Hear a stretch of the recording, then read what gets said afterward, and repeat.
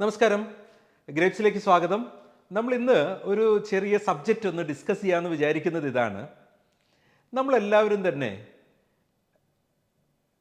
ജീവിതത്തിൻ്റെ നീളത്തെ സുന്ദരമായി നീട്ടാൻ അവസരം കിട്ടിയാൽ ഉപയോഗിക്കാൻ താല്പര്യമുള്ളവരാണ്. മനോഹരമായൊരു ജീവിതം അല്ലെങ്കിൽ മാത്രമാണ് പലപ്പോഴും അയ്യോ ഇത് വേണ്ടായിരുന്നു എന്നൊക്കെ തോന്നുക. അപ്പോൾ ഇന്ന് ടെക്നോളജി വളരെ മനോഹരമായി ജീവിക്കാനുള്ള എല്ലാ അവസരവും നമുക്ക് തരുമ്പോൾ ചില പ്രത്യേക ടെക്നോളജികളെക്കുറിച്ച് നമ്മളൊന്ന് മനസ്സിലാക്കുന്നത് നല്ലതാണ്. നമ്മുടെ ബ്രെയിനില്ലേ, ഈ ബ്രെയിൻ എങ്ങനെയാണ് നമ്മുടെ ശരീരത്തെ നിയന്ത്രിക്കുന്നത്? നമുക്കെല്ലാവർക്കും അറിയാവുന്ന കാര്യമാണ്. ആ ബ്രെയിനിൽ നിന്ന് ചില സിഗ്നൽസ് പോകും. ആ സിഗ്നൽസ് അതാത് ഓർഗൻസിൽ എത്തിക്കഴിയുമ്പോൾ ആ ഓർഗൻ റിയാക്ട് ചെയ്യും. അത് ബോധപൂർവവും അബോധപൂർവവും സംഭവിക്കുന്നുണ്ട്.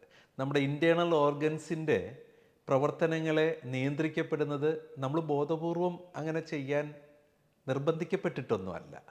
എന്നാൽ നമ്മുടെ മുമ്പിലിരിക്കുന്ന ഒരു വസ്തുവിൽ കൈയെടുത്ത് പിടിക്കുന്നത് നമ്മൾ ബോധപൂർവമാണ്. ഒരു ബ്ലാക്ക് ബോർഡിൽ എഴുതുന്നത് ബോധപൂർവമാണ്. എന്നാൽ ഞാനിപ്പോൾ സംസാരിച്ചുകൊണ്ടിരിക്കുമ്പോൾ എൻ്റെ ഈ കൈകളുടെ ചലനം പലപ്പോഴും ബോധപൂർവമെന്നോ അബോധത്തിലെന്നോ എന്ന് പറയാൻ പറ്റുന്നതിൻ്റെ ഇടയിലാണ്.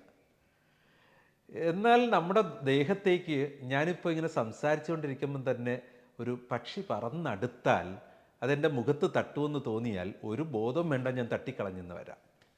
അപ്പോൾ നമ്മളുടെ പല ചലനങ്ങളും ബോധത്തിലോ അബോധത്തിലോ ഇതിനിടയിലോ സംഭവിക്കുമ്പോൾ ബ്രെയിനിൽ നിന്നുള്ള കമാൻഡ് ഇലക്ട്രിക് പൾസസ് ആയിട്ട് ആ നമ്മളുടെ ശരീരത്തിൻ്റെ ഭാഗത്തെത്തുകയും അത് ആക്ട് ചെയ്യുകയും ചെയ്യുകയാണ്. ഇനി അത്തരത്തിലൊരു ആക്ഷൻ ഇല്ലെങ്കിൽ പോലും ബ്രെയിനിൻ്റെ പല അവസ്ഥകളും നമ്മുടെ മുഴുവൻ ശരീരത്തിലേക്കും മെസ്സേജായി അയക്കപ്പെടുന്നുണ്ട്. ഒരു എക്സാമ്പിൾ, നമ്മൾ രാത്രിയിൽ ഒറ്റയ്ക്ക് നല്ല ഇരുട്ട്, നിലാവ് അധികമില്ലാത്ത ഒരു ദിവസം വിജനമായൊരു വഴിയിൽ കൂടെ നടന്നു പോവുകയാണെന്ന് വിചാരിക്കുക. പെട്ടെന്ന് പുറകിൽ ഒരാൾ നടക്കുന്നത് പോലത്തെ ശബ്ദം കേട്ടാൽ നമ്മുടെ ശരീരത്തിലെ രോമമെല്ലാം പെട്ടെന്നൊന്ന് എഴുന്നേറ്റ് നിൽക്കും. കാരണം പേടി എന്നൊരു വികാരം നമുക്കവിടെ ഉണ്ടായി. ഇത് ബ്രെയിൻ തിരിച്ചറിഞ്ഞ് പ്രോസസ്സ് ചെയ്യപ്പെടുമ്പോൾ എല്ലാ രോമങ്ങളും എഴുന്നേറ്റ് നിൽക്കൂ എന്ന് കമാൻഡൊന്നും കൊടുക്കുന്നില്ല. ആ മെസ്സേജ് മുഴുവൻ ബോഡിയിലും പാസ് ചെയ്യപ്പെടുന്നത് കൊണ്ട് തന്നെ അത് ശരീരം അതനുസരിച്ച് റിയാക്ട് ചെയ്യും, സ്വെറ്റ് ചെയ്യാൻ തുടങ്ങും, ചിലപ്പോൾ വിറയ്ക്കാൻ തുടങ്ങും. അങ്ങനെ നമ്മളുടെ നിയന്ത്രണത്തിന് അകത്തും പുറത്തുമായി ഈ മെസ്സേജുകൾ ശരീരത്തിൽ പാസ് ചെയ്യപ്പെടുന്നുണ്ട്. ന്യൂറാലിങ്ക് എന്നൊക്കെ പറഞ്ഞിട്ട് നമ്മുടെ ബ്രെയിനുള്ളിൽ ചിപ്പ് വയ്ക്കുന്നത് നടന്നുകൊണ്ടിരിക്കുന്ന കാര്യമാണ്. നമ്മൾ പലപ്പോഴും വാർത്തകളിൽ ഇത് കേൾക്കാറുണ്ട്. ഒരു ചെറിയ സംവിധാനം നമുക്കൊന്ന് മാറ്റി ചിന്തിച്ചാലോ? എന്തിനാണ് അങ്ങനെ ഒരു സർജറി? എന്തിനാണ് അത്തരത്തിലൊരു ചിപ്പ്? ഫോറിൻ ബോഡിയാണേ. അത് റിയാക്ട് ചെയ്യാതിരിക്കാനായിട്ട് നമ്മുടെ ഇമ്മ്യൂൺ സിസ്റ്റത്തെ നമ്മൾ അല്പമൊന്ന് സ്ലോ ഡൗൺ ചെയ്ത് കൊടുക്കേണ്ടി വരും. അതർവൈസ് അത് ഫോറിൻ ബോഡിയാണെന്ന് തിരിച്ചറിഞ്ഞ് ശരീരം അതിനെ റിജക്റ്റ് ചെയ്യാൻ തുടങ്ങും.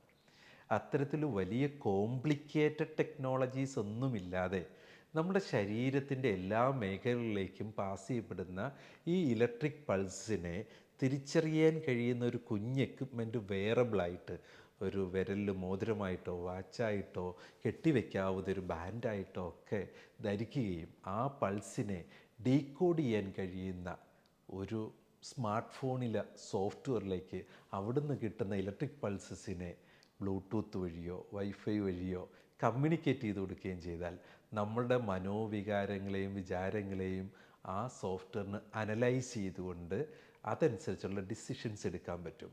ഫോർ എക്സാമ്പിൾ, ഞാനിപ്പോൾ നമ്മുടെ ഈ ക്യാമറയുടെ തന്നെ പുറകിലിരിക്കുന്ന അലോഷ്യസിനെ ഒന്ന് വിളിക്കാനായിട്ട് ആലോചിക്കുന്നതും എൻ്റെ മൊബൈൽ അലോഷ്യസിൻ്റെ നമ്പർ ഡയൽ ചെയ്ത് കഴിഞ്ഞിരിക്കും. ഇതിൻ്റെ അഡ്വാൻറ്റേജ് എന്താണെന്ന് വെച്ചാൽ നമുക്കിപ്പോൾ ഒരു റോബോട്ടിക് ആയിട്ടുള്ള ഒരു ട്രീറ്റ്മെൻറ്റ് സംവിധാനത്തെ മനുഷ്യനെത്താൻ കഴിയാത്ത സാഹചര്യത്തിലേക്ക് വിട്ടാൽ അത് ചിലപ്പം നമ്മളൊരു കോമ്പിനേഷൻ ഓഫ് റോബോട്ടായിരിക്കും.